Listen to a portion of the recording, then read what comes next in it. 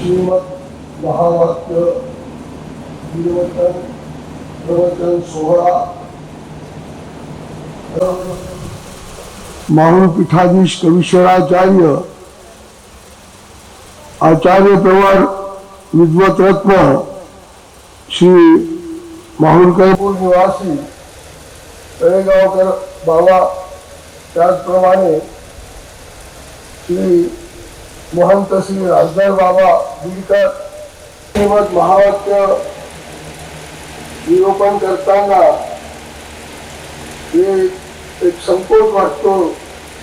एवढे विद्वान ज्येष्ठ श्रेष्ठ मंडळी समोर आपण बोलणं म्हणजे अधिकृतीचा दोष ओढवून घेण्यासारखा आहे. म्हणून प्रथमतः बाबांना श्री दत्तात्रेय प्रभू, श्री कृष्ण चक्रवर्ती, श्री चक्रधर प्रभू हे जे उभयदृश्य अवतार आहेत, हे उभयदृश्य अवतार चारही दानाचं दातृत्व करत असतात. परम आनंद जीवाला प्रदान करण्याचं कार्य उभयदृश्य अवतार करत असतात.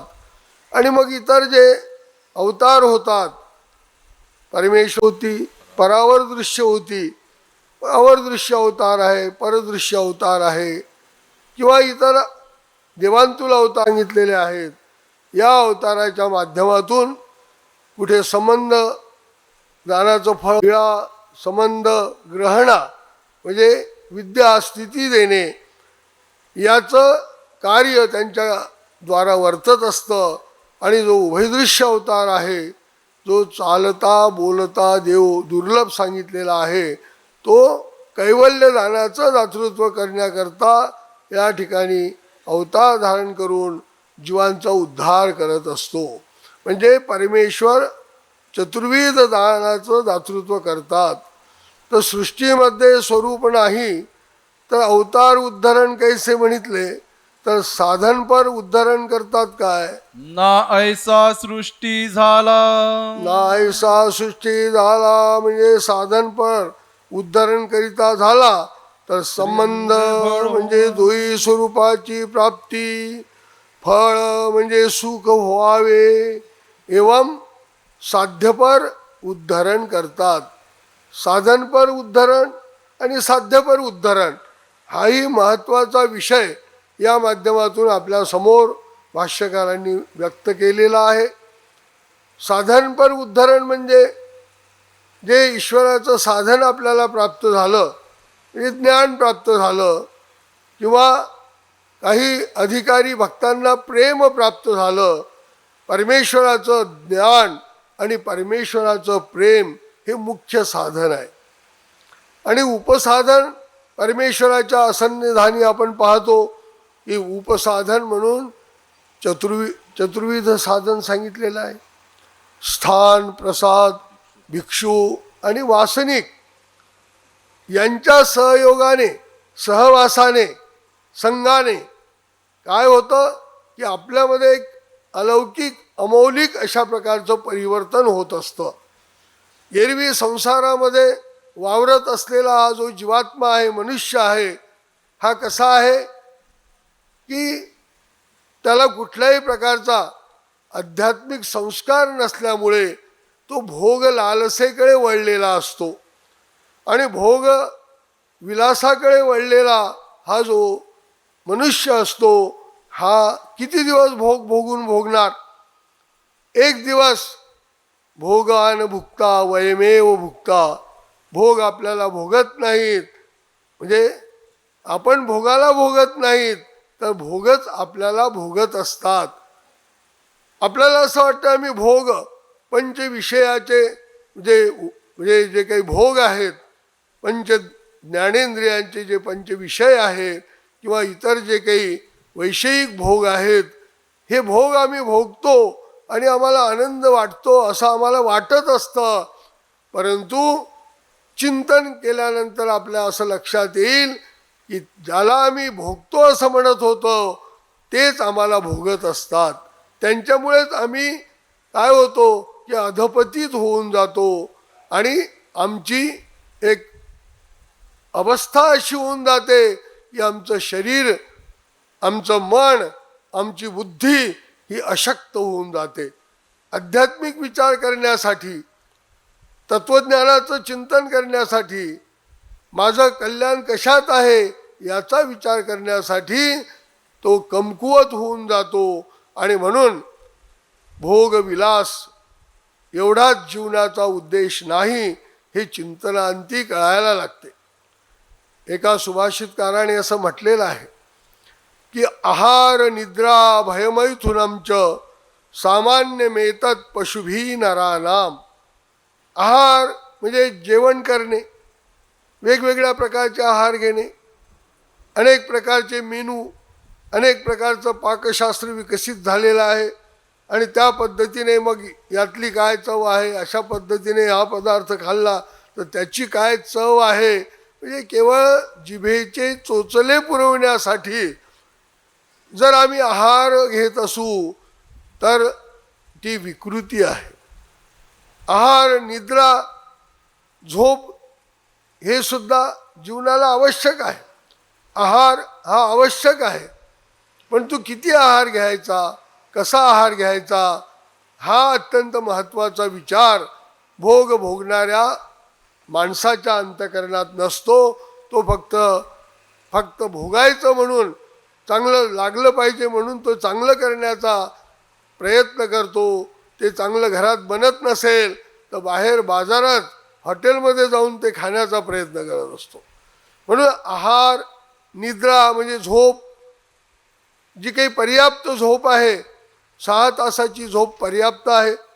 परंतु माणूस हा झोपेच्या अधीन गेला म्हणजे 8-8, 10-10 तास झोपतो, दिवसाही झोपतो, रात्रीही झोपतो आणि त्यामुळे आळस त्याचा वाढतो. आहार, निद्रा, त्यानंतर भय वाटणे हा सुद्धा एक फार महत्त्वाचा स्वभाव सांगितला आहे. अष्ट स्वभावामधला एक स्वभाव आहे. क्षुधा, पिपासा, मलमूत्र, शीत, उष्ण, भय, निद्रा. हे भय आवश्यक आहे आणि भय नसेल तर हा बेचैन होऊन जातो. म्हणून कुणाच्या तरी अधिपत्याखाली राहण्याचा आणि कुणाला तरी अधिपत्याखाली ठेवण्याचा हा माणूस विचार करत असतो. ही जी आहे, ही वासना जी आहे, हा जो विचार आहे हा एक नैसर्गिक याची प्रकृती आहे. खाणे, झोप घेणे, भय दाखवणे किंवा भय वाटणे स्वतःला, आणि मैथुनमच म्हणजे अनेक प्रकारचे विषयोपभोग घेणे, हे नैसर्गिक प्रवृत्ती आहे. आणि म्हणून या सुभाषितकाराने असं सांगितलं आहे की हे तर मनुष्यामधलं काही वैशिष्ट्यपूर्ण गोष्टी आहेत का? हे जसं मनुष्यामध्ये आहे तसं पशुमध्ये सुद्धा आहे. आहार, निद्रा, भयमैथुनंच सामान्यमेतत् पशुभी नराणाम. सामान्यपणे ह्या गोष्टी तर पशुसुद्धा करत असतात. मग तुम्ही करता, तुम्ही खाता, तुम्ही पिता, तुम्ही झोपता, तुम्ही भय दाखवता किंवा भय तुम्हाला वाटतं किंवा तुम्ही विषयोपभोग घेता, हा काही पुरुषार्थ आहे काय? हे तर पशुप्राणीही करतात ना. तुम्हालाच मुलं बाळ होतात असं नाही, त्यांनाही होतात. तुम्हीच आपल्या मुलाबाळाचं संगोपन करतात असं नाही, तेही आपल्या मुलाबाळाचं फार चांगल्या प्रकारे संगोपन करतात आणि ते फार मर्यादित त्यांच्या त्या आसक्तीच्या भावना असतात. एकदा मुलगा आपल्या पायावर उभा झाला की झालं, तो आपलं भक्ष्य शोधायला लागला की मग त्याची काही म्हणजे संपर्कच नसतो याचा. म्हणून हा मुलगा आहे म्हणून त्याच्यावर प्रेम करत राहतील असं काही नाही. तो त्याच्या परीने जीवन जगतो, हा याच्या परीने जीवन जगतो. फार मर्यादित भावना पशुच्या ठिकाणी आहे. माणूस तर हा असा, त्या मुलाने किती धुतकारलं याला, किती सुनेनं त्रास दिला तरी त्या मुलाचा तो म्हणजे तो आसक्त भाव जो आहे तो त्याच्या अंतःकरणातून जात नाही आणि घर काही सोडू वाटत नाही त्याला. मुलाच्या मुलासाठी जगतो. मग आता मुलासाठी जगत होता, मुलाला एक चांगली सुंदर पत्नी करून दिली किंवा मुलीला सुंदर मुलगा मिळवून दिला. आता काय, आता त्यांचे मुलं झाले पाहिजे, मग त्यांचं संगोपन मी करणार. या संसारामध्ये ह्याच गोष्टी महत्त्वाच्या जर वाटत असतील तर या सुभाषितकाराने असं सांगितलं की ह्या तर पशुमध्ये सुद्धा आहेत. मग पशुमध्ये आणि तुमच्यामध्ये फरक काय? म्हणून या सुभाषितात फार सुंदर विचार दिलेला आहे की ज्ञानो हि एको अधिको विशेषो ज्ञानेन हीना पशुभी समाना. या जगामध्ये ज्ञान हेच श्रेष्ठ आहे आणि ते ज्ञान जो मनुष्य मिळवतो तोच खऱ्या अर्थाने पशुपेक्षा वेगळा आपलं अस्तित्व दाखवू शकतो. आणि जर तो ज्ञान मिळवत नसेल आणि ह्याच गोष्टी करत असेल आणि म्हातारपण येऊन जातं, मृत्यूचा शेवटचा क्षण येतो, तरी त्याला ज्ञान कळतच नसेल तर काय, मग जन्माला हेला आणि पाणी वाहता वाहता मेला. पशुप्रमाणेच त्याचं जीवन झालं. त्या जीवनाला काहीही अर्थ नाही. म्हणून यामध्ये सांगितलं की ज्ञानो ही एको अधिको विशेषो. ज्ञान हीच अशी एक महत्त्वाची गोष्ट आहे की ती जर माणसामध्ये असेल तर त्याचा विकास झाल्याशिवाय राहत नाही. आपण पाहतो मागच्या पिढीमध्ये आपल्या या भारत देशामध्ये किती अशिक्षित आणि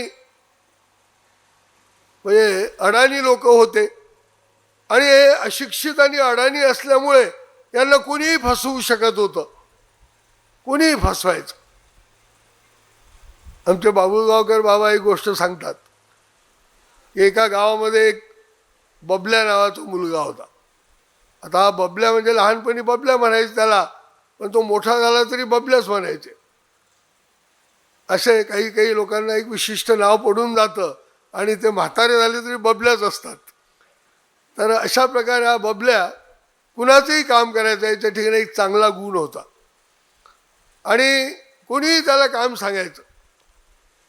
आता एक दिवस एक अडाणी म्हातारी ती बबल्याचा शोध घेत घेत त्याच्या घरी आली. तो घरी दिसला नाही म्हणून त्याला शोधत शोधत बाहेर गेली आणि त्या ठिकाणी एका चावडीवर तो बसलेला दिसला. अरे बबल्या बबल्या इकडे ये रे म्हटले. काय म्हटले आजीबाई, काय? काही नाही म्हटले, माझे बँकेतून पैसे काढून दे.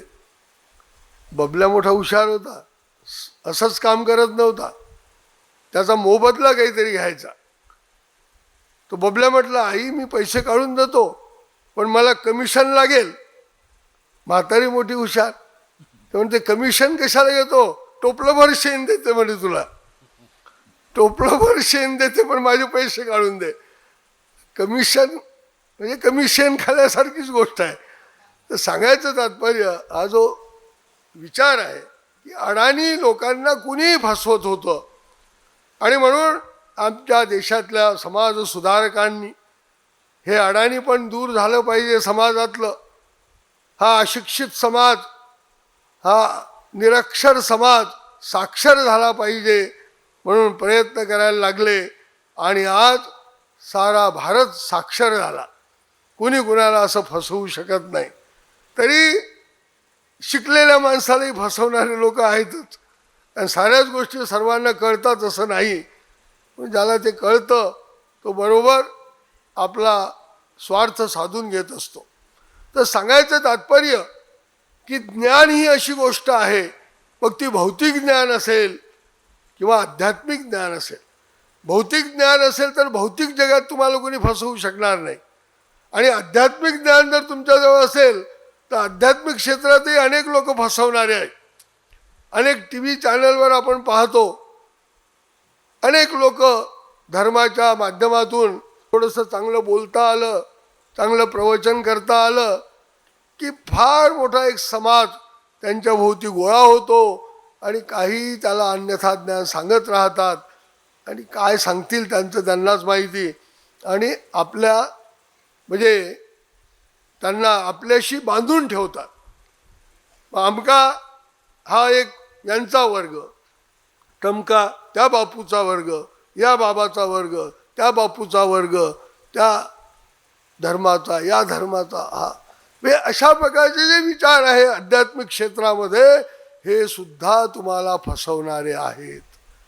म्हणून आध्यात्मिक साक्षरता आपल्यामध्ये जर आली, आध्यात्मिक ज्ञान जर आपल्याला मिळालं, तर मग कुणीही आपल्याला फसवू शकणार नाही. आपण जी क्रिया करू, आपण जे कार्य करू, आपण जो व्यवहार करू, तो आध्यात्मिक क्षेत्रामध्ये ज्ञानपूर्वक व्यवहार असेल आपला, ज्ञानपूर्वक ती क्रिया असेल आणि ज्ञानयुक्त ती क्रिया असल्यामुळे आपली ती क्रिया परमेश्वर स्वीकारात घेतो हे आपल्या प्रत्ययाला येऊ शकतं. म्हणून परमेश्वर कोण, जीवदेवता कोण आणि प्रपंच काय आहे, प्रपंचाच्याच कुठल्या तरी वस्तूला, कुठल्या तरी म्हणजे पाषाणखंडाला, कुठल्या तरी पाषाणखंडाच्या मूर्तीला काहीतरी आपलं पूजा अर्चा करून तिथे त्याला देव मानणे हा फार मोठा आंधळेपणा आहे. हे अंधभक्त खरा परमेश्वर कोण आहे हे जाणूच शकत नाही. म्हणून खरं जे तत्वज्ञान आहे, हे खरं तत्वज्ञान महावाक्यामध्ये सर्वज्ञ श्री चक्रधर प्रभूंनी या महाराष्ट्रामध्ये, या महाराष्ट्राच्या साहित्यिक, सांस्कृतिक, राजकीय, धार्मिक इतिहासामध्ये पहिल्याने मराठीमध्ये तत्वज्ञान निरूपण करून हे महान अशा प्रकारचं वाक्य, श्रेष्ठ अशा प्रकारचं वाक्य, जे अनेक दोषांचा नाश करणारं वाक्य, जे अनेक गुण आपल्यामध्ये प्राप्त करून देणारं वाक्य, अशा प्रकारचं महत् वाक्य सर्वज्ञ श्री चक्रधर प्रभूंनी भक्तजनांना समजावून सांगितलेलं आहे. आणि हे ज्ञान सांगून एक फार मोठी आचार प्रणाली, आचारसंहिता स्वामींनी सांगितलेली आहे. या पद्धतीने तुम्ही जर आचार केला, हे ज्ञान जर तुम्ही आत्मसात केलं, तर या जगामध्ये साधारण मानवच काय, पण महान महान तत्वदर्शी म्हणविणारे पंडित सुद्धा तुम्हाला फसवू शकणार नाही. एवढंच काय, पण तीर्थ देवता पुरुष ये तिन्ही आपलविती हे सुद्धा तुम्हाला कुठल्याही प्रकारे आकर्षित करू शकणार नाही. तुम्हाला समजेल की आता कुणाच्या संपर्कात आपण राहिलं पाहिजे, कुणाचा संग आपण केला पाहिजे, कुणाचा सहवास आपण केला पाहिजे. हे ज्ञानच तुम्हाला त्या पद्धतीचा आचार करण्याची प्रेरणा देऊ शकते. म्हणून हे महावाक्य अत्यंत श्रेष्ठ आहे. या ठिकाणी याचा विचार करत असताना एकेका शब्दावर फार मोठे विवेचन करण्याचा मोह आवरत नाही. म्हणून अशा प्रकारे परमेश्वर जीवाचा उद्धार करण्यासाठी अवतरतात. केवळ तात्कालिक फळं देण्यासाठी ते अवतार धारण करत नाहीत. देवतांच्या विद्या देण्यासाठी ते अवतार धारण करत नाहीत. देवतांच्या स्थिती देण्यासाठी किंवा देवतांच्या फळी पाठवण्यासाठी त्यांना अवतार घेण्याची म्हणजे आवश्यकता नसते. पण जीवाचे कर्म तसे असतात आणि जीवाच्या कणवेस्तव हा जीव एवढा अधपतीत आहे की परमेश्वरालाही अधपतीत म्हणजे देहामध्ये कर्मफळामध्ये अवतार घ्यायला लावतो. त्याला देव कच्छ होय मच्छ होय, देव कच्छ होती मच्छ होती का होती, याच्यासाठी होती, या जीवासाठी होती. त्यांना काही हौस आहे का कच्छ मच्छ होण्याची? देवामध्ये अवतरती, नरामध्ये अवतरती. त्यामध्ये नरामध्ये अवतरला असा देव वेडा होय, पिसा होय, मुका होय, परी चालता बोलता देव तो दुर्लभ. जो चालणारा म्हणजे योग्य अशा प्रकारचा आचार स्वतः आचरण करून दाखविणारा आणि त्या आचाराचं मार्गदर्शन करणारा, आणि बोलणारा म्हणजे जे गहन तत्व आहे ते तत्व अशा प्रकारे भक्तांना सांगून त्यांच्या आचाराच्या पाठीमागे एक विचाराची भक्कम अशा प्रकारची इमारत उभी करणारा म्हणजे ज्ञानदातृत्व करणारा आणि स्वतः आचरण करून दाखवणारा असा जो परमेश्वर अवतार आहे तो अत्यंत दुर्लभ आहे. त्यामध्ये सर्वज्ञ श्री चक्रधर प्रभू हे आपल्याला दिसतात की या अवताराचं काही आगळं वेगळं फार मोठं वैशिष्ट्य आहे. सर्व अवतारामध्ये श्री चक्रधर अवताराचं फार मोठं अवतारित्व फार मोठं अत्यंत श्रेष्ठ आणि वैशिष्ट्यपूर्ण आहे. इथे यतिमुनीचा वेश स्वतः स्वीकार केला. यतिमुनीचा वेश स्वीकार करण्याच्या आधीही एकांक काळामध्ये अत्यंत एकाकी परिभ्रमण करीत राहिले. अत्यंत स्वच्छंद रूपाने ते वावरत राहिले, विहार करीत राहिले. त्यानंतर यतिमुनीचा वेश धारण करून परमार्गाची प्रवृत्ती धारण केली त्यांनी. आणि हा परमार्ग असाच वाढला पाहिजे म्हणून जीवोद्धाराचं व्यसन स्वीकार केलं. आणि 22 त्या गुंफेमध्ये जाऊन 3 दिवस अवेलना सहन करून शेवटी 22 प्रेमदान दिलं. आणि तिथून परमार्गाची प्रवृत्ती जी स्वीकार केली ते स्वामींजवळ तो मार्ग वाढत गेला. भक्तमंडळी वाढत गेली. अनेक विद्वान पंडित स्वामींचे शिष्य बनले. आणि स्वामींपासून हा एक महानुभाव संप्रदाय, महानुभाव पंथ, धर्म फार मोठ्या अत्यंत संयमाने शांततेने वाटचाल करीत करीत 800 वर्षपर्यंत या ठिकाणी दृढमूल झाला. आणि अनेक जीवांना व्यसनापासून दूर करणारा, व्यसनमुक्त समाज निर्माण करणारा, त्यानंतर सत्संग अशा प्रकारे साधू संतांचा प्राप्त होऊन अनेक लोक अशा प्रकारे दैवी संपत्तीला प्राप्त झालेले आपल्याला दिसून येतील.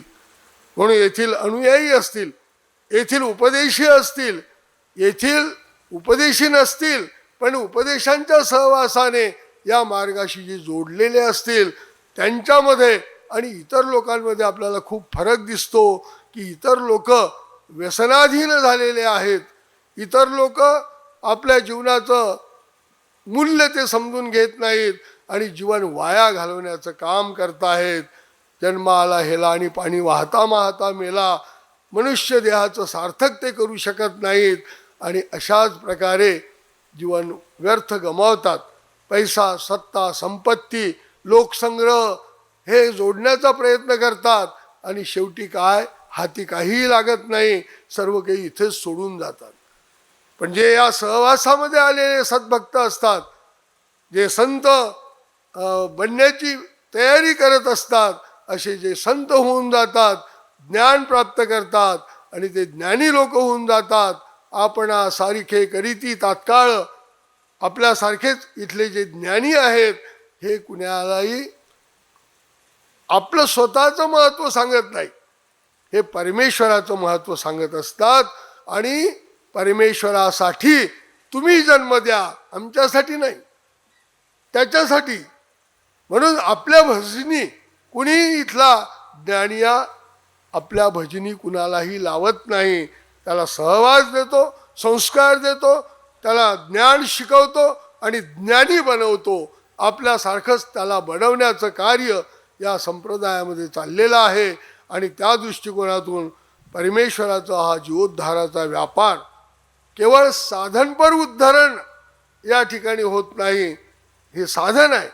साधनपर उद्धरणाच्या संबंधामध्ये सांगतो की साधनपर उद्धरणामुळे फार मोठं कार्य घडतं, की फार मोठ्या अनिष्टापासून तो दूर होतो, फार मोठ्या विकल्पाचरणापासून दूर होतो, व्यसनापासून दूर होतो आणि परमेश्वराकडे वाटचाल करायला लागतो. हे झालं साधनपर उद्धरण. आणि साध्यपर उद्धरण म्हणजे काय, आता ज्ञान मिळवल्यानंतर त्या ज्ञानानुसार त्याला जी प्रेरणा मिळते, की स्वामींनी जी अस्थिपरी सांगितली, स्वामींनी जो आचार धर्म सांगितला, स्वामींनी जे ज्ञान दिलं, त्या ज्ञानाचा प्रचार प्रसार करण्यासाठी तो स्वतः आचार करतो आणि अनेकांनाही शिकवतो. आणि अशा प्रकारे ते साध्यपर योग्यता प्राप्त करत असतो. तो नामस्मरण करतो. अनुसरल्याचे स्मरण म्हटलं गेलेलं आहे. अनुसरण्याच्या आधी जे काही स्मरण करतो त्यामुळे साधनपर योग्यता प्राप्त होते. आणि अनुसरल्यानंतर जे स्मरण करतो ते साध्यपर योग्यता प्रदान करणारं असतं. म्हणून साधनपर उद्धरण आणि साध्यपर उद्धरण हे दोन शब्द आलेले आहेत.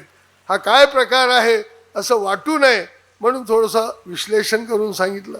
यातला एक एक शब्द एकेका प्रवचनाचा विषय आहे.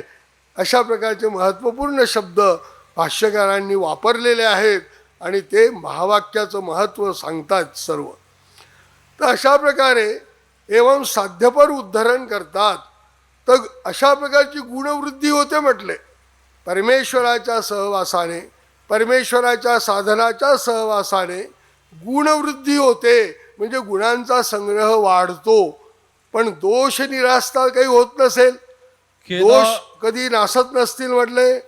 खेदाल्हादी संता संते होवावी, खेदाल्हादे संता संत व्हावे, म्हणजे दोषवृद्धी जे इतरत्र होत असते ते या ठिकाणी दोषांची वृद्धी न होता दोषांचा निराश होतो.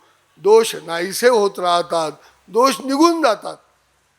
व्यसन सोडले म्हणजे व्यसनाधीनता किंवा व्यसनी हा जो काही त्याला शब्द लागलेला असतो ते सुटून गेलं.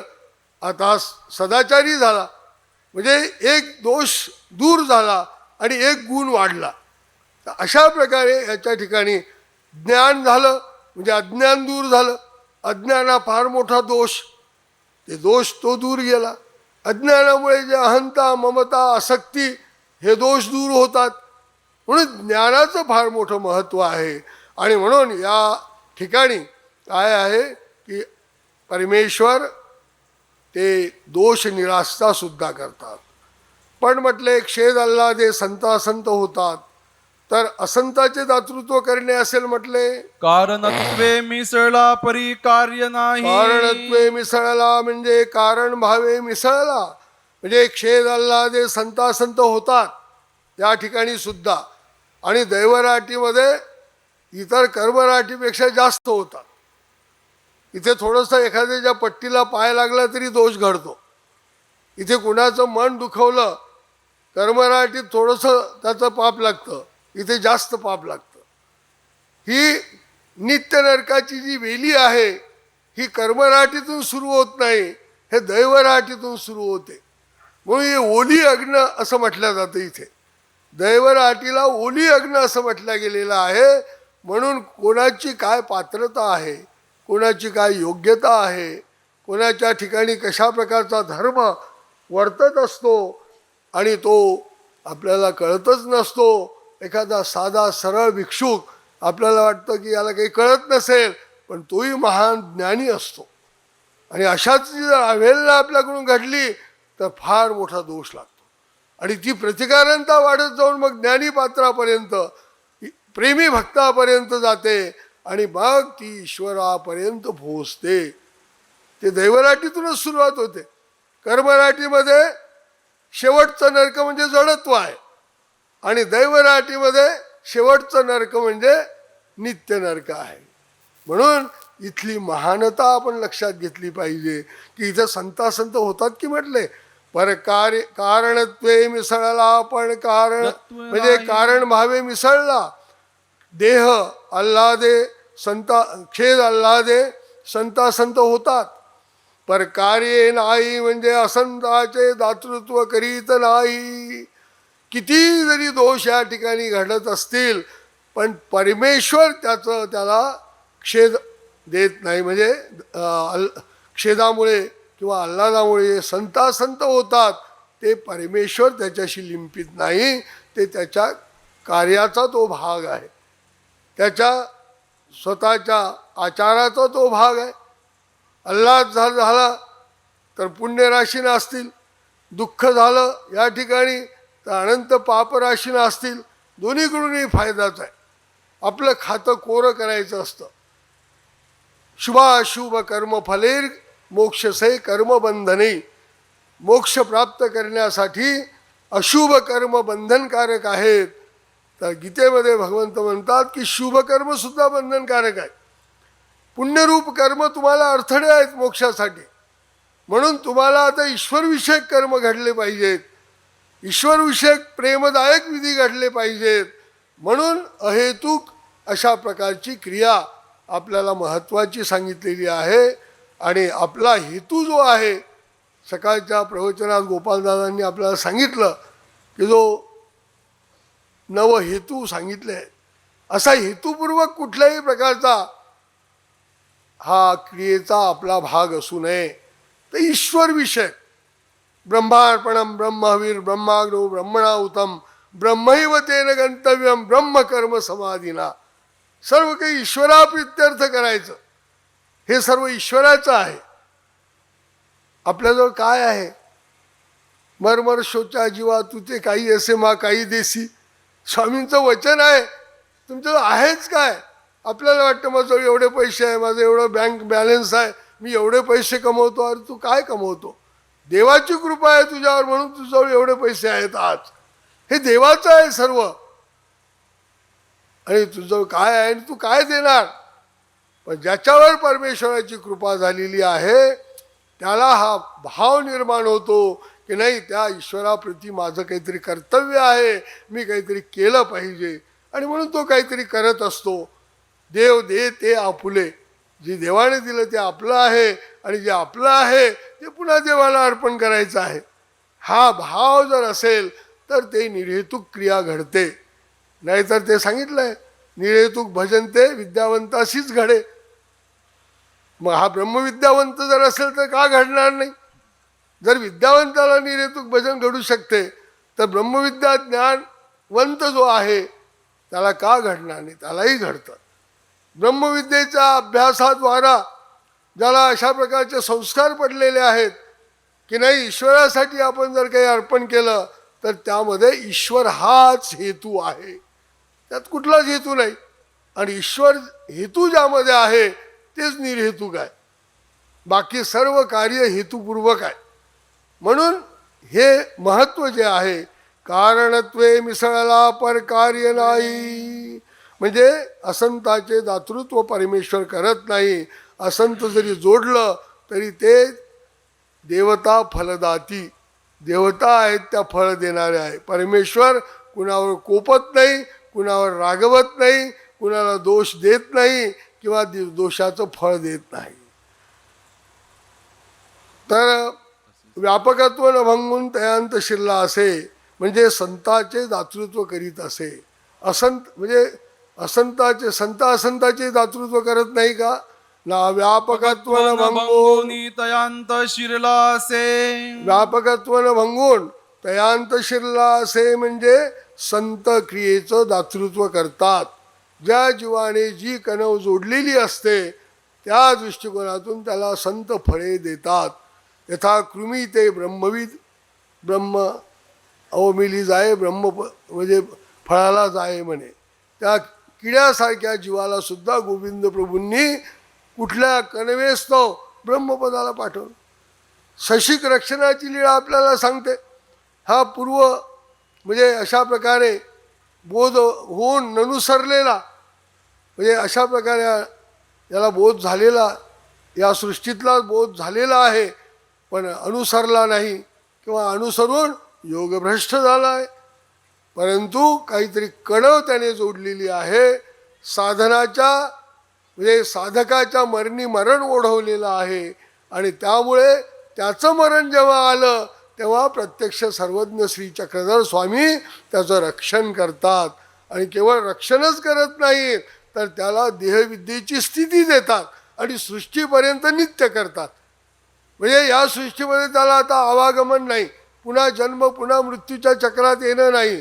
नरक स्वर्ग कर्मभूमी म्हणजे इतर देवी देवतांचे फळं या चतुर्विध कर्मफळाला जाणं नाही. सृष्टीच्या संहारकाळी तोही तमात जाईल आणि जेव्हा सृष्टीची पुन्हा रचना होईल तर पहिल्याच परवडीत त्याचा उद्धार होईल. पहा किती संताचं दातृत्व परमेश्वर करतात. तर अशा प्रकारे अथवा परमेश्वरच वेगळा आहे काय?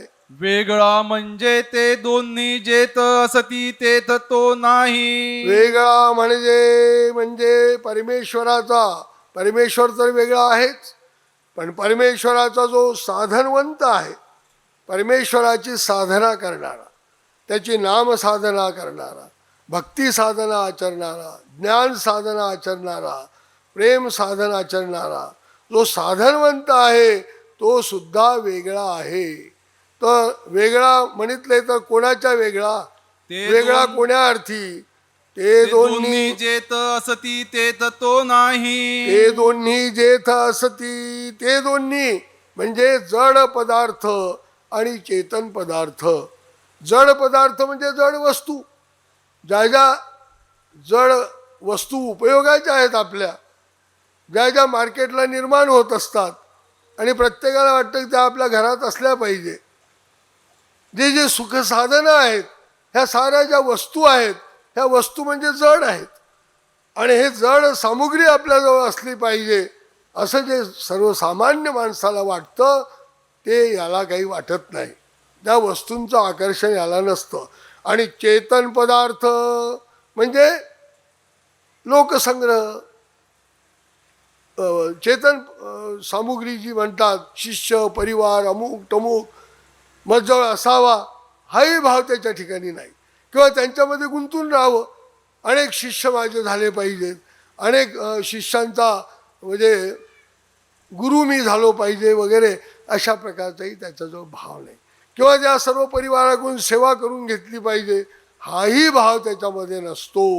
म्हणजे जड किंवा चेतन हे दोन वस्तूंमध्ये, दोन पदार्थांमध्ये हा साधनवंत जो आहे हा अडकलेला नाही. हा आपलं कर्तव्य म्हणून काम करत असतो. आणि त्या सर्वांमध्ये असूनही, जड चेतन पदार्थात असूनही तो त्याच्या वेगळा असतो. वेगळा म्हणजे कोण्या अर्थी? ना ते दोन्ही जेथ असती तेथ तो नाही. ते दोन्ही म्हणजे जड चेतन पदार्थ, जेथ असती तेथ तो नाही म्हणजे साधनवंत त्याची गुणधर्मी लिंपित नाही, त्याला स्पर्शून नाही. नाही म्हणितले तर वर्ततच नाही का म्हटलं, मग त्यांच्यामध्ये राहतच नाही का तो? अव्यापकत्व आपजेल. तर अव्यापकत्व आपजेल म्हणजे एकदेशित्व घडेल. मग तर तो साधनवंत एकदेशी घडेल, एकाकीचा पुरुष ठरेल म्हटले. एकटाच राहत असेल तो साधनवंत. असे एकाकीचे नित्यविधीचे पुरुष आहेत, पण सर्वच नित्यविधीचे पुरुष नसतात, निमित्तविधीचे पुरुष असतात. आणि निमित्तविधी हा नित्यविधीपेक्षा श्रेष्ठ सांगितला. आणि या निमित्तविधीमध्ये अशा प्रकारे अस्तिपरी महावाक्य चर्या भंगोनी काढावे, हे नित्यविधी आचरणाऱ्यालाही सांगितलं. जो जो कोणी साधनवंत असेल त्याला हे सांगितलं की जिथे कुठे महावाक्य लागलेलं असेल, जिथे कुठे अस्तिपरीचं प्रवचन चालू असेल, त्यासाठी तुमच्या साऱ्या गोष्टी बाजूला ठेवा, तुमच्या चर्या बाजूला ठेवा. अटन विजन भिक्षा भोजन निद्रा प्रसाद सेवा स्मरण ह्या गोष्टी बाहेर ठेवा, कारण हा अवसर पुन्हा पुन्हा प्राप्त होणार नाही. म्हणून या अवसरी जर तुम्ही गेले तर त्या ठिकाणी अवसरकारी सदैव परमेश्वराचं अवस्थान असतं. आणि त्या चर्चा मंथनातून, त्या तत्वविवेचनामधून कोणता एखादा शब्द तुमच्यावर काय संस्कार करून जाईल हे सांगता येणार नाही, काय संस्कार देऊन जाईल हे सांगता येणार नाही. म्हणून त्या ठिकाणी तुम्ही जा. त्यामध्ये सुद्धा एक महत्त्वपूर्ण गोष्ट ही आहे की हे अस्तिपरी महावाक्यासारखे अवसर हे धर्माला दृढ करणारे अवसर आहे. धर्माला म्हणजे खऱ्या अर्थाने दृढ करून भक्तमंडळींना सुद्धा अनेक प्रकारची क्रिया घडवणारे हे अवसर असतात. आणि तो प्रवाह परंपरा ती सतत अव्याहत चालली पाहिजे. म्हणून अशा प्रकारच्या अवसर काळाचं ते महत्त्व असतं. आणि हा अवसर काळ जर आपण साजरा नाही केला तर कोण साजरा करणार? मग परमेश्वर साधकांनीच, परमेश्वर साधकाचा हा जो अवसर हा जर साजरा नाही केला तर मग कोण साजरा करणार? आपल्यालाच तो साजरा करायचा आहे. म्हणून आपल्या पाठीमागे खूप कामं असतील, जर त्या कामातून वेळात वेळ काढून भक्त मंडळींनी सुद्धा त्या ठिकाणी आलं पाहिजे. संत मंडळीने सुद्धा आपली चर्या बाजूला सारून आपले सर्व जे काही त्रास आहेत ते दूर ठेवून या ठिकाणी आलं पाहिजे, हा विचार या महावाक्याच्या महत्तीमध्ये सांगितला गेलेला आहे. तर अशा प्रकारे एकदेशित्व आपजेल म्हटलं मग साधनवंताला, आणि ते जर एकदेशित्व जर एकदेशी जर तो घडला तर काय होईल म्हटले, सृष्टीमध्ये स्वरूप नाही तरी अवतार उद्धरण कैसे. महाराष्ट्रीय असावे, गंगातीरी असावे, हे वचने घडणार नाहीत. म्हणजे लोकांमध्ये राहावंच लागेल, भिक्षेला त्यांच्याकडे जावंच लागेल, भिक्षा विधीचा आचार करण्यासाठी समाजामध्ये तुम्हाला जावंच लागेल. एकांतात किती काळ राहू शकणार तुम्ही. म्हणून अशा प्रकारे सर्वांमध्ये असून तो साधक कसा अलिप्त असतो. आणि म्हणून सृष्टीमध्ये म्हणजे स्वरूप नाही तर अवतार उद्धरण कैसे. आणि काय बाधा येतो म्हटले ना, सृष्टीमध्ये म्हणजे ब्रह्मांडामध्ये स्वरूप नाही, म्हणजे साधनवंताचे स्वरूप नाही, वावर नाही, म्हणजे वावरणे नाही, तर अवतार उद्धरण कैसे, म्हणजे त्याचं उद्धरण कसं करावं म्हटले. म्हणून म्हणजे या कारणे असोनी वेगळा, म्हणजे साधनवंत हा जड चेतन पदार्थामध्ये असून, कारण याच्या भोवती सर्व जड चेतन पदार्थाचा संभव असतो. अनेक भक्त मंडळी ज्ञान श्रवणासाठी त्याच्याजवळ जमत असतात, अनेक शिष्य परिवार त्याच्याजवळ ज्ञान ग्रहण करण्यासाठी आलेले असतात. म्हणून काही त्यांनी त्यांचा त्याग करायचा का. त्यांना धर्म हेतूने परमेश्वर बुद्धी म्हणजे परमेश्वराचे साधक आहेत, हे चांगले दृढ साधक बनले पाहिजे, म्हणून त्यांना ते सांगितलंच पाहिजे. म्हणून अशा प्रकारे जड चेतन पदार्थामध्ये वर्तन असून सुद्धा वेगळा आहे. चेतन पदार्थाच्या वेगळा आहे, याला उदाहरण काय म्हटले, कौणन्याय. यथा पिता पुत्र वेगळा, यथा पिता पुत्रा वेगळा, म्हणजे ज्याप्रमाणे पिता आणि पुत्र हे दोन्ही वेगवेगळे आहेत, त्याप्रमाणे जड चेतन पदार्थ याच्या जवळ असतील तरी हा वेगळा आहे.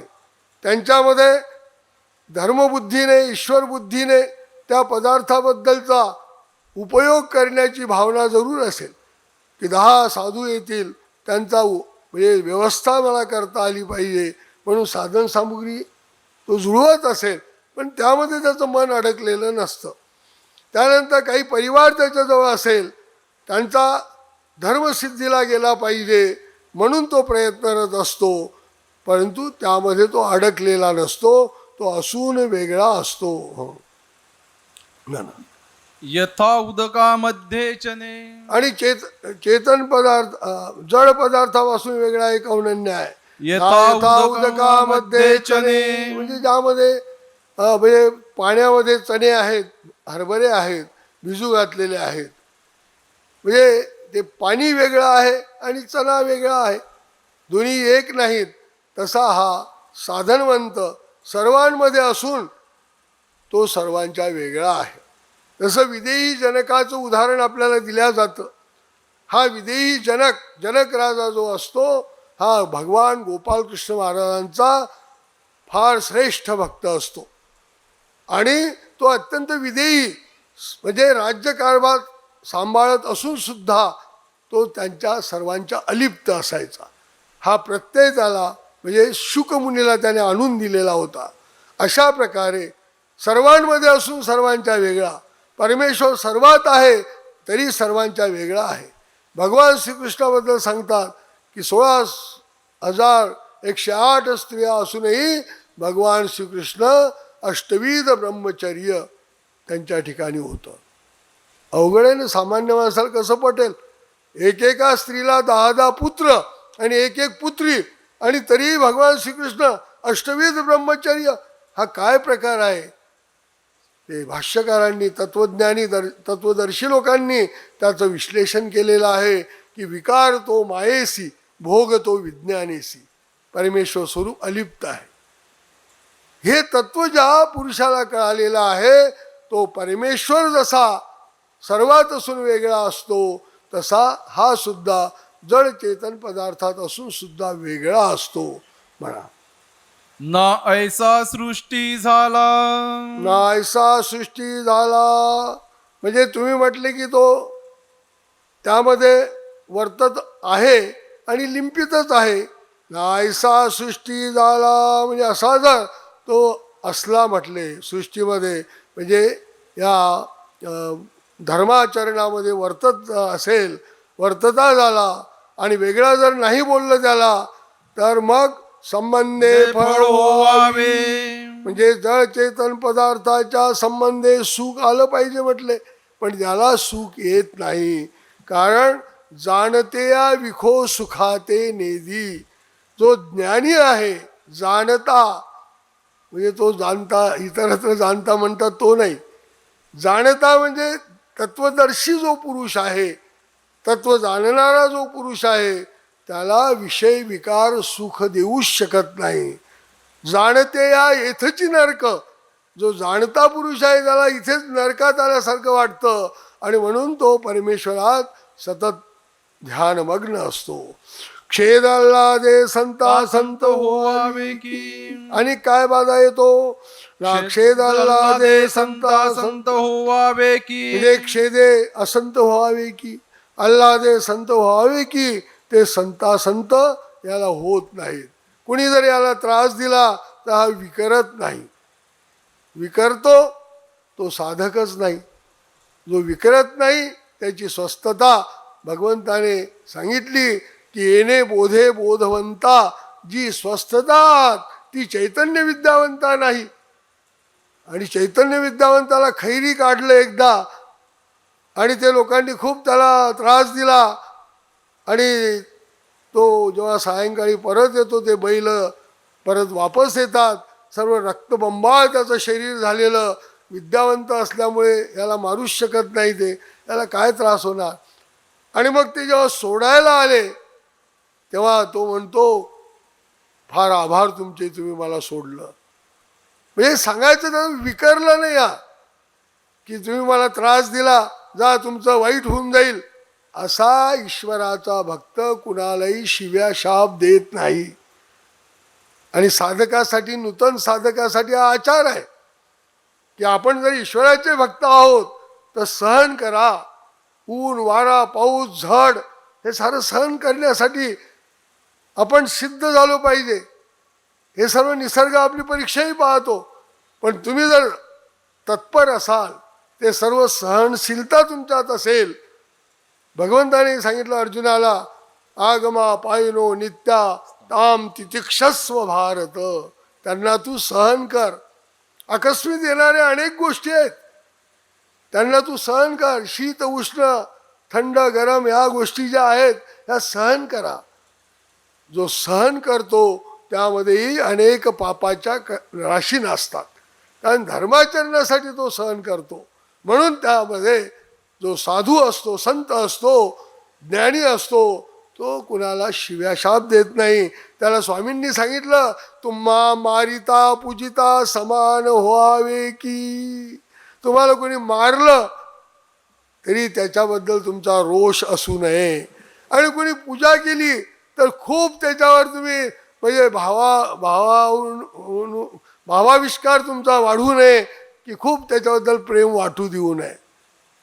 तो तुमच्याशी कुठला संबंधित आहे, तुमचं काय त्याला महत्त्व आहे. तुम्ही जे काही धर्माचरण करता, तुम्ही जे काही ज्ञानाच्या दोन गोष्टी सांगता, ते त्या परमेश्वराच्या गोष्टी आहेत. त्या तुमच्या या देहाच्या माध्यमातून निघतात म्हणून तुम्हाला महत्त्व. नाही तर तुम्हाला काय, दोन कवडीचं दोन पैशाचंही हे शरीर नाही, म्हणून त्या शरीराची पूजा नसते. म्हणून पूजा कोणी करत असेल तर तिथे अटकून जाऊ नका, त्याच्यातच प्रेम करू नका.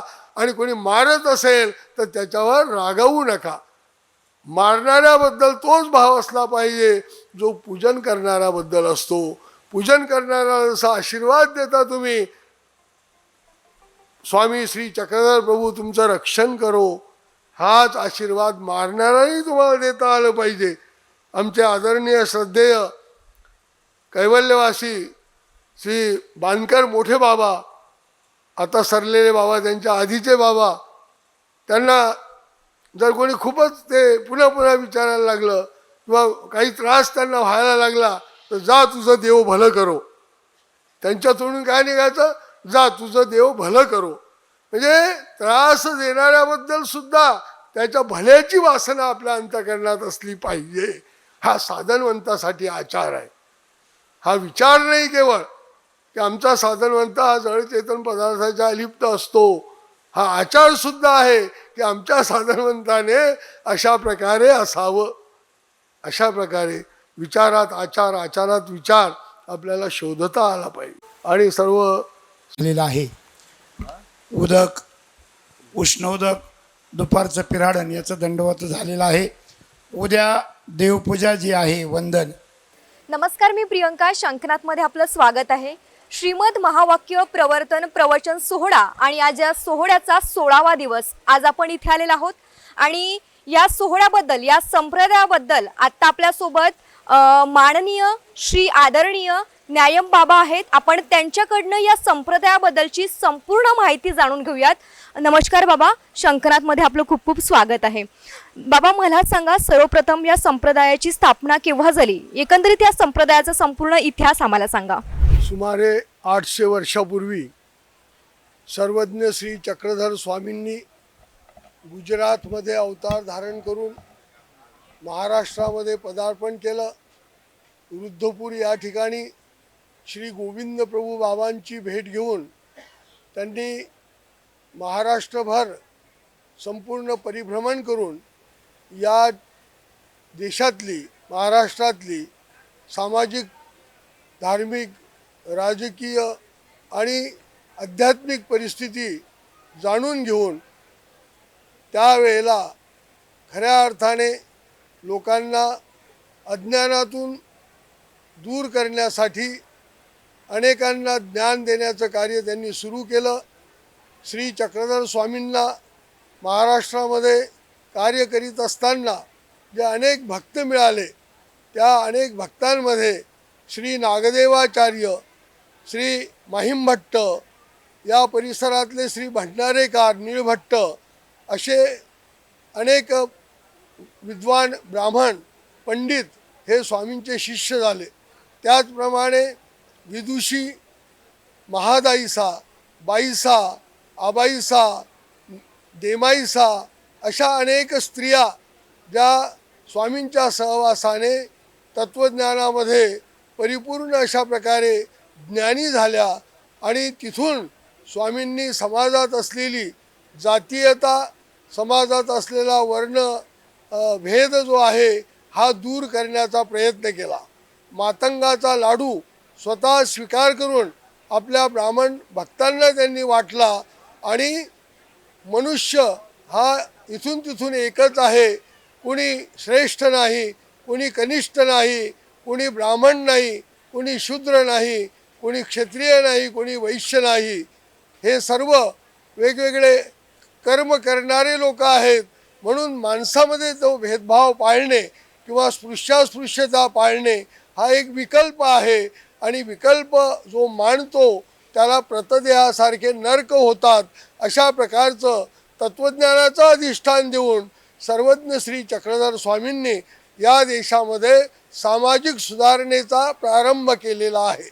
मराठीमध्ये पहिल्याने धर्मतत्त्वज्ञान निरूपण केलं. त्याआधी मराठीमध्ये कुठल्याही प्रकारचं प्रवचन करण्याची मुभा नव्हती. कुणी प्रवचन करू शकत नव्हतं आध्यात्मिक. ते जर करण्याचा कुणी प्रयत्न केला तर त्याला दंड दिला जात असे. चातुर्वर्ण व्यवस्था अत्यंत बळकट झालेली होती आणि अशा त्या काळामध्ये पहिल्याने स्वामी श्री चक्रधर प्रभूंनी मराठीमध्ये धर्मतत्व निरूपण करायला सुरुवात केली आणि त्यांनी जे निरूपण केलेलं आहे अनेक ठिकाणी संपूर्ण महाराष्ट्रावर परिभ्रमण करून आंध्र प्रदेश, गुजरात या ठिकाणाहूनही स्वामींनी जे काही अनेक प्रकारचं कार्य केलेलं दिसतं आहे लीळाचरित्र या ग्रंथामध्ये. तर हा लीळाचरित्र ग्रंथ म्हणजे मराठीतला पहिला गद्य ग्रंथ आहे. हे महाराष्ट्रातल्या तमाम जनतेला या निमित्ताने कळालं पाहिजे की मराठीचा पहिला गद्य ग्रंथ जर कोणता असेल तर तो लीळाचरित्र आहे. आणि मराठीतली पहिली कविता जर कोणती असेल तर ते सर्वज्ञ श्री चक्रधर स्वामींची शिष्या महदंबा हिने गायलेलं महदंबेचे ढवळे म्हणून प्रसिद्ध आहेत हे महदंबेचे ढवळे म्हणजे मराठीमधलं पहिलं काव्य आहे, पहिलं पद्य ग्रंथ आहे. तर अशा प्रकारे महानुभाव संप्रदायाच्या संत परंपरेतून मग अनेक प्रकारची ग्रंथ निर्मिती झाली. मराठीमध्ये तत्त्वज्ञानाचं लिखाण सुरू झालं आणि 7 ग्रंथ जे मराठी साहित्यामध्ये अत्यंत श्रेष्ठ मानल्या गेलेले आहेत अशा प्रकारचे 7 ग्रंथ म्हणजे त्यामध्ये रुक्मिणी स्वयंवर, उद्धव गीता, शिशुपाल वध, त्यानंतर सह्याद्री वर्णन, रुद्रपूर वर्णन आणि ज्ञानप्रबोध अशा प्रकारचे महत्त्वपूर्ण ग्रंथ आहेत. हे वच्छाहरण अशा प्रकारचे महत्त्वपूर्ण ग्रंथ जे साहित्याच्या सर्वांगाने परिपूर्ण भरलेले हे ग्रंथ याच संप्रदायातल्या विद्वान पंडितांनी निर्माण केले आणि तिथून सर्वज्ञ श्री चक्रधर स्वामींच्या आचार विचाराच्या निरूपणातून महानुभाव पंथाचा उद्गम आणि विकास झालेला आपल्याला दिसतो. 800 वर्षापासून ही परंपरा आज तागायत गुरु शिष्य परंपरेने हे ज्ञान दातृत्व करीत करीत इथपर्यंत पोहोचलेली आहे. अशा प्रकारे महावाक्य प्रवचनासारखे अनेक कार्यक्रम पंथामध्ये प्रतिवर्षी होत असतात आणि संपूर्ण महानुभाव पंथीय अनुयायी आणि पंथीयेतर जे काही प्रेमी भक्त आहेत हे एकत्र येऊन ज्ञान प्राप्त करण्याचा प्रयत्न करतात आणि यथार्थ ज्ञान त्यांना प्राप्त झाल्याचा अनुभव ते प्राप्त करतात. कारण इथे परमेश्वराबद्दल जो लोकांमध्ये एक गैरसमज पसरलेला आहे त्याबद्दल स्वच्छ आणि स्पष्ट मत सर्वज्ञ श्री चक्रधर प्रभूंनी दिलेला आहे की परमेश्वर हा निर्वेव निराकार आहे, परंतु तो जीवाच्या उद्धारासाठी सावेव साकार होतो, अवतार धारण करतो आणि ज्ञान दातृत्व करत असतो, प्रेम प्रदान करत असतो आणि ज्ञानापेक्षाही प्रेम श्रेष्ठ आहे. म्हणून सर्वांबद्दल प्रेमाची भावना ठेवा, सर्वांबद्दल आदराची भावना ठेवा आणि सर्वांना सन्मान द्या. स्त्री पुरुष विषमतासुद्धा सर्वज्ञ श्री चक्रधर स्वामींनी आपल्या तत्त्वज्ञानामधून त्याचं निर्मूलन केलेलं आहे की तुमचा काही जीव आणि यांच्या काही जीवलिया म्हणजे आत्म्यामध्ये स्त्रीलिंग किंवा पुलिंग असा कुठलाही भेदभाव नाही. अशा प्रकारचं तत्त्वज्ञान त्या महानुभाव पंथाच्या माध्यमातून आजही समाजामध्ये सांगितलं जातं आणि त्याचा आचार या संप्रदायाचे लाखो अनुयायी सर्व भारतभर पसरलेले आहेत.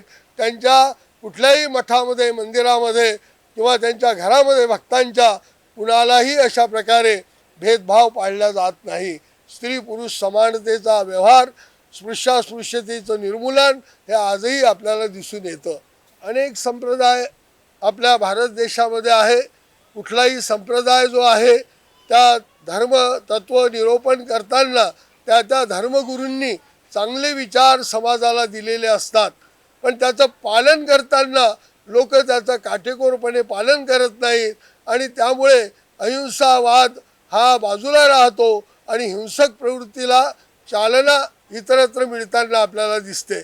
अनेक काही चांगले धर्मपंथ आहेत की ज्यांच्यामध्ये अहिंसा पाळलेली जाते. काही ठिकाणी अहिंसावादाचं काटेकोर पालन होतं, परंतु परमेश्वराचं अस्तित्व त्यांनी नाकारलेलं असतं, परमेश्वरच मानत नाहीत. काही ठिकाणी परमेश्वर मानतात, जीव मानतात, देवता मानतात, परंतु आचार करत नाहीत, अनाचार करतात.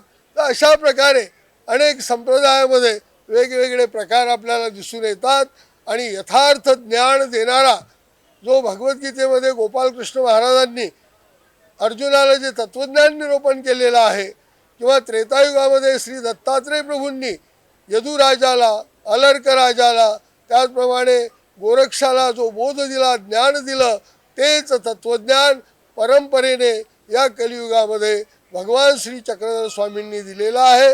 यामध्ये अहिंसा, सत्य, न्याय आणि परस्पर प्रेमभाव हे महत्त्वाचे तत्व मानले गेलेले आहेत.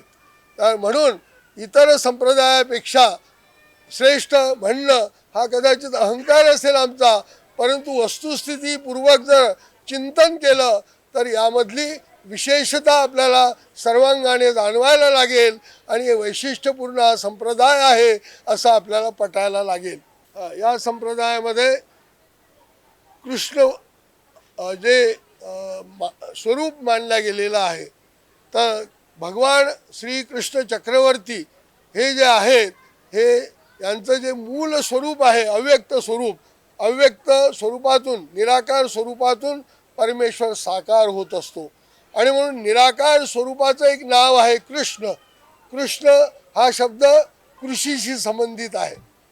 कृषी वल आपण म्हणतो तर कृष धातू हे विलेखनावाचक, जसं नांगराने शेती जे उकरल्या जाते अशा प्रकारे या जीवाच्या ठिकाणी जे अनादि अविद्या लागलेली आहे, या अनादि अविद्येचं जे काही बंधन या जीवाच्या ठिकाणी आलेलं आहे, या सर्व दोषांपासून या जीवाला मुक्त करून आपला आनंद द्यावा म्हणून परमेश्वराने या सृष्टीची रचना केलेली आहे.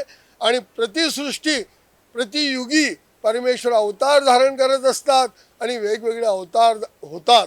या जगामध्ये भगवान श्रीकृष्ण महाराज म्हणजे एक अलौकिक आणि विलक्षण अवतार झालेला आहे. तो सर्व गुण संपन्न 16 कलांनी युक्त अशा प्रकारचा मानला गेलेला आहे.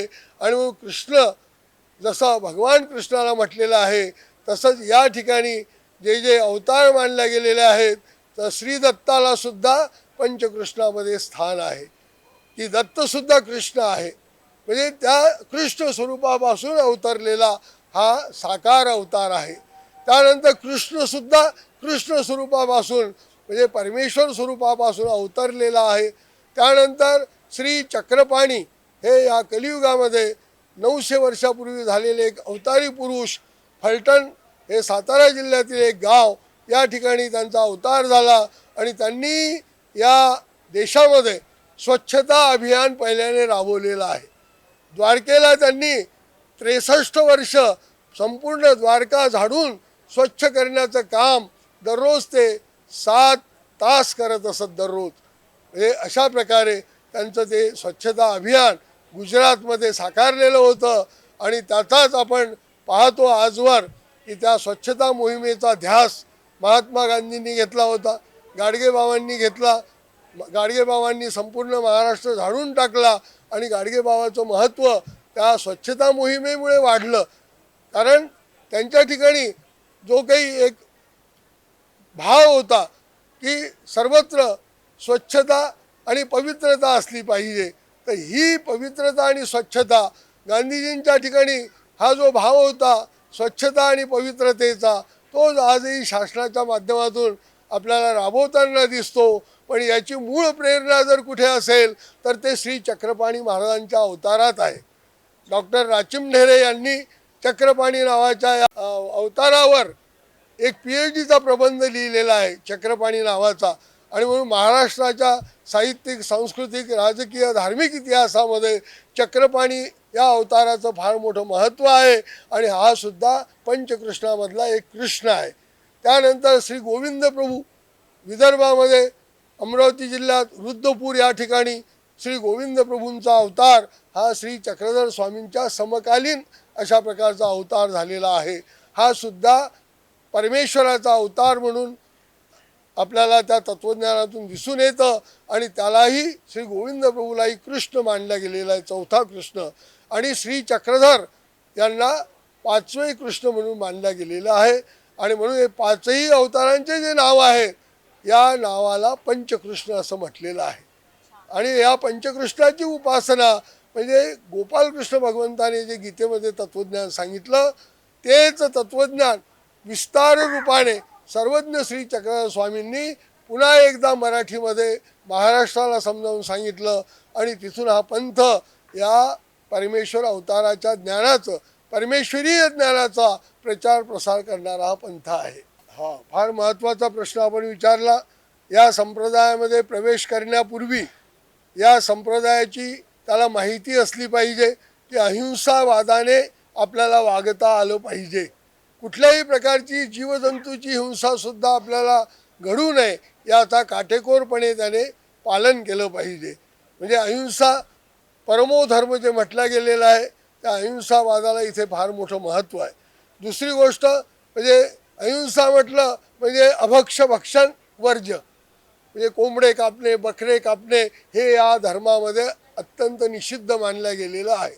आपल्या जिभेच्या चोचले पुरवण्यासाठी किंवा आपल्या उपजीविकेसाठी कुण्याही जीवजंतूला त्रास होऊ नये याचा इथे काटेकोरपणे म्हणजे विचार केला गेलेला आहे. त्यानंतर सप्तव्यसनापासून तो दूर असला पाहिजे. सप्तव्यसन म्हणजे द्यूतम च मद्यम च पिशितम च वेश्या पापार्ध चौर्यम परद्वार सेवा एतानी सप्तव्यसनानी नित्यम घोरांत घोरे नरके पचंती. जुगार खेळणे किंवा पैशाने पैसा मिळवण्याचा जो प्रयत्न आहे, जो लोभवृद्धी होऊन पत्ते खेळणे, चौरस खेळणे, म्हणजे वेगवेगळे जे प्रकार आहे, सट्टा लावणे, लॉटरी वगैरे हे सुद्धा काढणे, हा सुद्धा लोभ वाढवणारा प्रकार आहे. म्हणून हा द्यूत प्रकारामध्येच येतो. जुगार खेळून पांडवांची सुद्धा काय अवस्था झाली हे आपण महाभारतात पाहतो. म्हणून इथल्या साधकाने कुठल्याही प्रकारे जुगारासारखे खेळ मी खेळणार नाही अशी प्रतिज्ञा करणं आवश्यक असते. त्यानंतर मद्यप्राशन करणार नाही, ज्यामुळे नशा चढते अशा प्रकारचे कुठलेही वस्तू, मद्यप्राशन करणे हे गांजा अफीम वगैरे जे काही नशा आणणारे पदार्थ आहे याचा त्याने त्याग केला पाहिजे. मध्यमचे पिशितमचं म्हणजे मांस खाणे हे या ठिकाणी निषिद्ध मानलं गेलेलं आहे, त्याचा त्याग केला पाहिजे. त्यानंतर पिशितम वेश्यागमन करण्यापासून तो दूर राहिला पाहिजे. आपली पत्नी जी धर्मपत्नी म्हणून कर्मधर्म संयोगाने प्राप्त झाली तिच्याबरोबर चांगला सुखाचा संसार त्याने करावा अशी त्याची प्रतिज्ञा असली पाहिजे. कुठल्याही विषयोपभोगासाठी परस्त्रीकडे वाईट दृष्टीने त्याने पाहू नये, हा सुद्धा या ठिकाणी महत्त्वाचा त्याग सांगितलेला आहे. त्यानंतर चोरी कर्म करणे, कुणाचंही द्रव्याचा अपहार करणे हे या ठिकाणी निषिद्ध मानलेलं आहे. आणि म्हणून चोरी कर्म करणे, परद्वार सेवा करणे, कुणालाही दुःख देणे या गोष्टीचा जर त्याने त्याग केला तर तो धर्माचा अधिकारी होऊ शकतो. त्याला या पंथामध्ये प्रवेश मिळू, याला पंचकृष्णाचा उपदेश दिला जातो. अशा प्रकारे तो या पंथाचा साधक बनू शकतो. या संप्रदायातलं तत्वज्ञान हे द्वैत अशा प्रकारचं तत्वज्ञान आहे. म्हणजे इतरत्र आपण पाहतो अद्वैत सिद्धांत प्रतिपादन केला जातो वेदांतामध्ये. काही दर्शनामध्ये परमेश्वर मानलेला नसतो, म्हणजे सर्व निसर्गतः चालतं असं मानलं गेलेलं असतं. काही संप्रदायामध्ये सब्बम शून्यम सब्बम क्षणिकम एवढंच मानलेलं आहे. आत्मा परमात्मा याबद्दलचा कुठला विचार दिलेला नसतो. आणि काही संप्रदायामध्ये जीव मानलेला असतो, जगत मानलेलं असतं, कर्मसिद्धांत मानलेला असतो, पण परमेश्वरच मानलेला नसतो. तसं या महानुभाव तत्त्वज्ञानामध्ये असं कुठल्याही प्रकारे एकांगी हा विचार आलेला नाही. या तत्त्वज्ञानामध्ये जीव, देवता, प्रपंच आणि परमेश्वर हे चार नित्य पदार्थ मानलेले आहे. ज्याला सुखदुःखाची संवेदना होते, सुखदुःख जाणवतात, एखाद्या वस्तूपासून सुख प्राप्त होणे किंवा एखाद्या वस्तूपासून दुःख प्राप्त होणे, ही संवेदना ज्याला जाणवते तो म्हणजे जीव. आपण जीवात्मे आहोत हा प्रत्यय या तत्त्वज्ञानाच्या अभ्यासाने प्रत्येकाला यायला लागतो. शरीर म्हणजे मी नाही, शरीर म्हणजे प्रपंच आहे. शरीर बदलत जातं. लहानपणचं शरीर वेगळं, तरुणपणातलं शरीर वेगळं, म्हातारपणातलं शरीर वेगळं.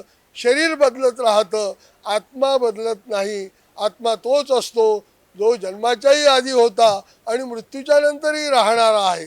भगवद्गीतेत जे तत्व सांगितलं, आत्मा अमर आहे, शरीर नाशवान आहे, हे तत्व या संप्रदायाचं आहे की जो सुखदुःख भोगतो तो जीवात्मा, ज्याच्याद्वारा सुखदुःख भोगविलं जातं तो प्रपंच म्हणजे जड जगत, याच्याच माध्यमातून आपल्याला सुखदुःख भोगवलं जातं.